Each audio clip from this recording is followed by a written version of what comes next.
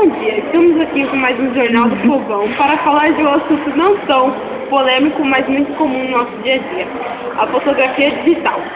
Bom, designa-se por fotografia digital a fotografia tirada com uma câmera digital ou determinados tipos de telefone celular, resultando num arquivo de computador que pode ser editado, impresso, enviado por e-mail ou armazenado em website ou em dispositivos de armazenamento digital. Dispensa, assim, o processo de revelação. Gente, que passou da hora, né? A visualização da imagem pode ser feita no ato, através dos recursos da câmera digital, normalmente uma tela de LCD.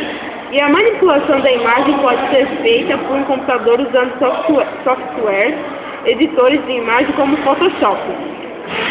Bom, essa foi mais uma matéria do Jornal do Povão e que fica por aqui. Bom dia e obrigada!